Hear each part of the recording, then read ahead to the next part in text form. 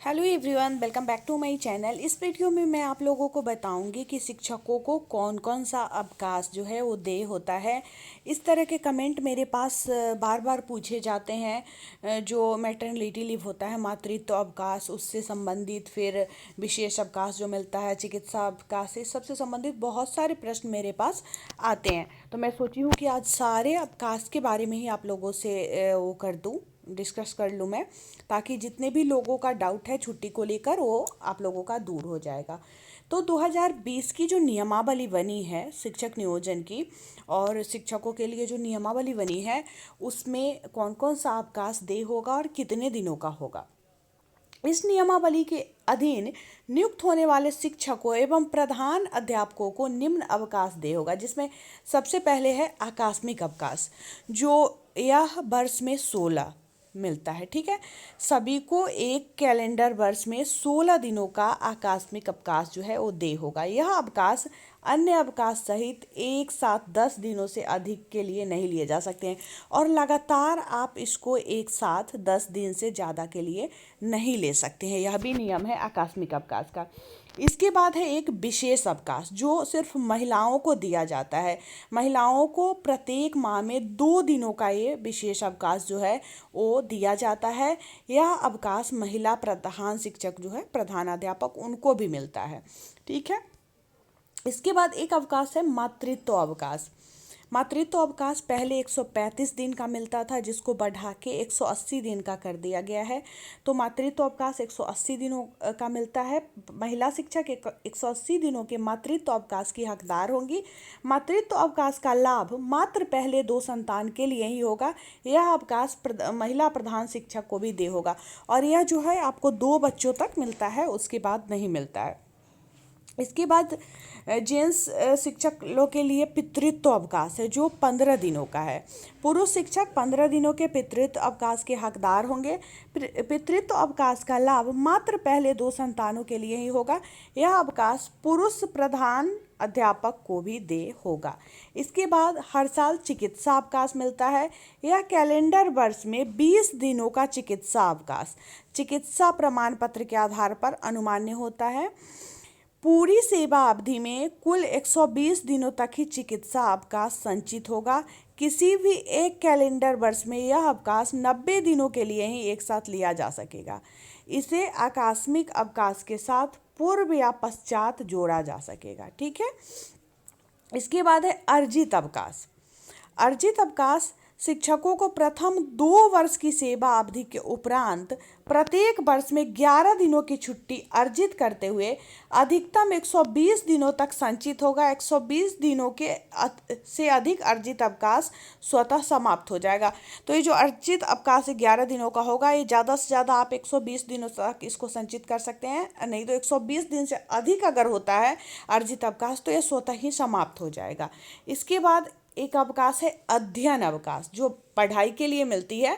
शिक्षकों को उनकी सेवा अवधि में अधिकतम 3 वर्ष के लिए, ज़्यादा से ज़्यादा 3 साल के लिए आप अवैतनिक अवकाश ले सकते हैं। इस अवकाश की अवधि की सेवा में टूट नहीं माना जाएगा, मतलब आपकी सेवा में टूट नहीं माना जाएगा, लेकिन आपको सैलरी जो है नहीं मिलेगी। ठीक है, इसके बाद है यह अवकाश योगदान के 3 वर्ष की न्यूनतम कालावधि पूर्ण करने के उपरांत ही दे होगा। मतलब अगर आप चाहते हो कि अभी हम ज्वाइन कर लिए और 1 ही साल के बाद या कुछ महीने के बाद हम ले लें, तो ऐसा नहीं होगा, मतलब वो नहीं मिलेगा आपको।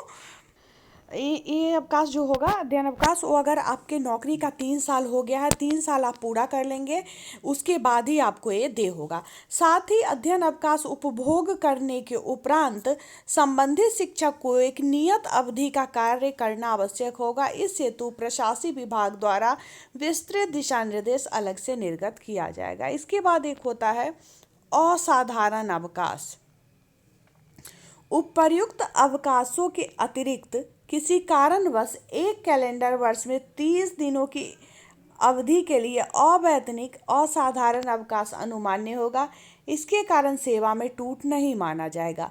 तत्पश्चात अनुपस्थिति की अवधि को सेवा में टूट माना जाएगा तथा वेतन देय नहीं होगा। मतलब एक अगर आप 30 दिनों तक अवैतनिक असाधारण अवकाश आपको अनुमान्य होगा, लेकिन इससे ज़्यादा अगर आप लेते हैं तो वो आपके सेवा में टूट माना जाएगा।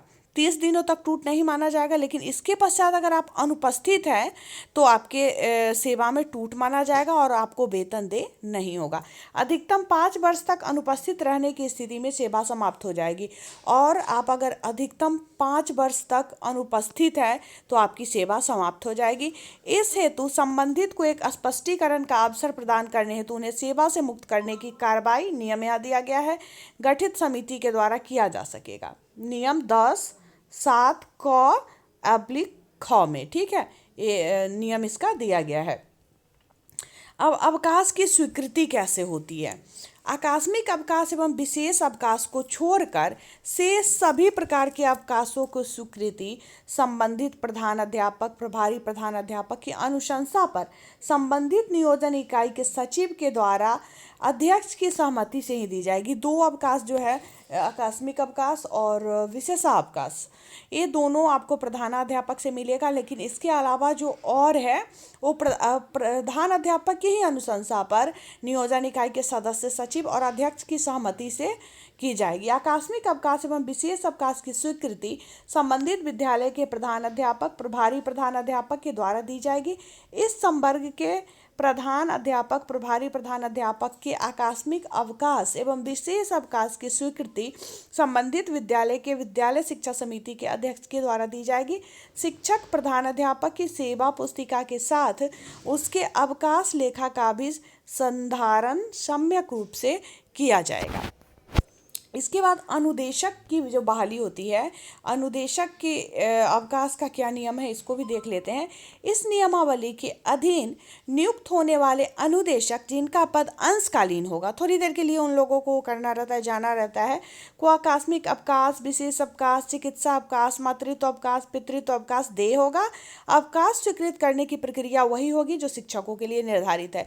तो ये अंशकालीन होते हैं, लेकिन फिर भी इनको, अनुदेशक को भी ये सारे अवकाश दिए जाएंगे जो शिक्षकों के लिए है, और जो शिक्षकों को जिस तरह से मतलब दिया जाता है, देने का नियम है, सेम उसी नियम से इन लोगों को भी दिया जाएगा, अनुदेशक को भी, जो कि अंशकालीन होते हैं। तो मेरे हिसाब से आप लोगों का जो अवकाश से संबंधित जो भी डाउट था वो क्लियर हो गया होगा। आगे भी अगर आपके मन में कोई सवाल हो शिक्षक नियोजन से रिलेटेड, शिक्षकों से संबंधित, मतलब कोई भी सवाल हो तो आप मुझसे कमेंट में पूछ सकते हो। अगर मुझे उसकी जानकारी होगी तो मैं ज़रूर आप लोगों को बताऊंगी। मिलती हूँ फिर मैं आप लोगों से नेक्स्ट वीडियो में एक नए अपडेट के साथ। जो भी लोग चैनल पे नए हैं, पहली बार मेरे वीडियो को देख रहे हैं, तो चैनल को सब्सक्राइब करके बेल आइकन को ज़रूर दबा लें, ताकि जब भी नया वीडियो आएगा नोटिफिकेशन सबसे पहले आपको मिलेगा। वीडियो पसंद आया तो लाइक करें और हमारे साथ बने रहे। वीडियो देखने के लिए बहुत बहुत धन्यवाद।